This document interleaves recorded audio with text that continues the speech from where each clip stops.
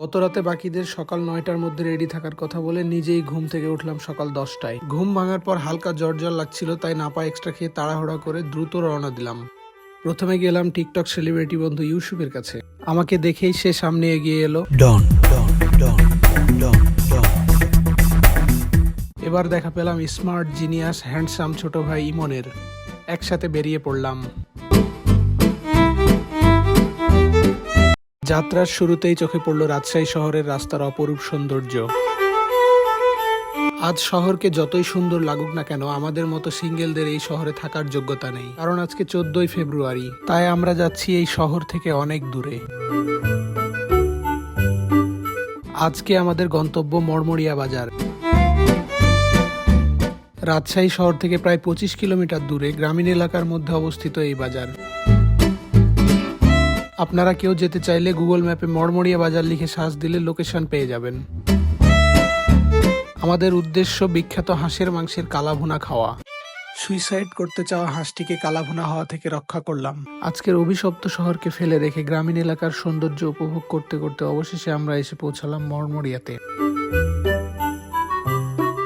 এখানে কুটুম বাড়ি, তালুকদার বাড়ি, বিয়ান বাড়ি সহ আরো অনেকগুলো হোটেল রয়েছে। সব হোটেলেই মূলত হাঁসের মাংস পাওয়া যায়। আমার কাছে মনে হয়েছে তাদের খাবারের মানের পার্থক্য খুবই সামান্য। অনেকগুলো হোটেল এবং হোটেলের লোকজনদের ডাকাডাকি দেখে কোন হোটেলে খাওয়া যায় তা নিয়ে মহা কনফিউশনে পড়ে গেলাম। শেষ পর্যন্ত ঠিক করলাম কুটুম বাড়ি হোটেলে খাবো। পাতিহাঁস, রাজহাঁস, মুরগি সব মাংসের দামই 180 টাকা বাটি এবং আনলিমিটেড ভাত জন প্রতি 30 টাকা।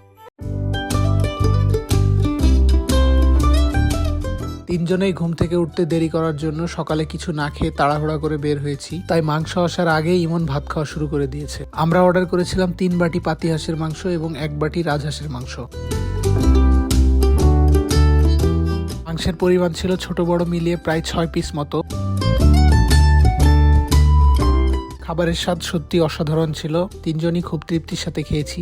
পরবর্তীতে আমি সামান্য ভাত নিয়েছিলাম। এদিকে ইউসুফ ও ইমন দুইজন মিলে 1 গামলা প্রায় শেষ করে দিয়েছে। খাওয়া দাওয়া শেষে ইউসুফ ও ইমন যে পাশের দোকান থেকে মোজো নিয়ে এলো। এরপর আমরা কিছুক্ষণ বসে বিশ্রাম করলাম এবং মোজো খেতে খেতে বিভিন্ন বিষয় নিয়ে আলোচনা করলাম। মরমরিয়া থেকে একটু সামনে যেয়ে একটা ব্রিজ পেলাম। তারপর ওরা দুইজন হেলমেট পরে ছাত্রলীগ সেজে কিছু ছবি তোলার চেষ্টা করলো। और एक नमरूद पैदा हुआ। ছবি তোলা শেষে রওনা দিলাম রাজশাহীর উদ্দেশ্যে।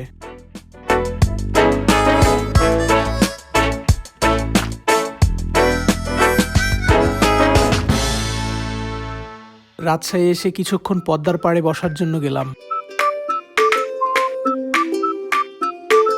এরপর আজকের ভ্যালেন্টাইন ডে উদযাপনকারীদের খুঁজে পাওয়ার চেষ্টা করলাম, কিন্তু কাউকে খুঁজে না পেয়ে হতাশ হয়ে পড়লাম। ওরা তো নদীর পাড়ে আসেনি, তাহলে ওরা উদযাপন করছে কোথায়?